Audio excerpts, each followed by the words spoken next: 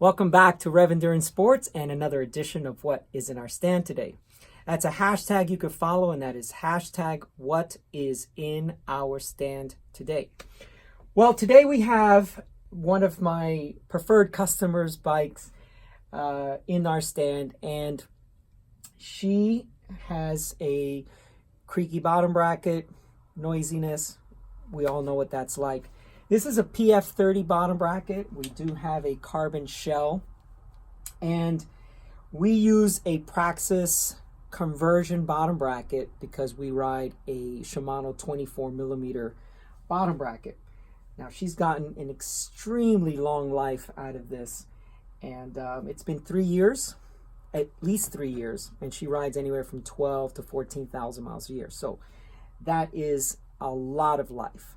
So let's take a look at our bench and the things that we're going to use. So this is the old bottom bracket, and you can see it's got a cutout here, and when this would get screwed in by this piece, it would spread out, and what it would do is grip the inside of the shell. This is now their new design, and I'm curious to see how this is going to work because I don't see what's going to actually spread and grab the shell. So if you have a PF30, then you need this delve-in sleeve, as they call it. And as I mentioned, it's a Praxis bottom bracket. Now, I really like their bottom brackets. I use them for a lot of other conversions. Here's another bottom bracket that's theirs, and they just work solidly, and the bearings are very high quality. Okay, so let's take a look at what we're going to need to install it.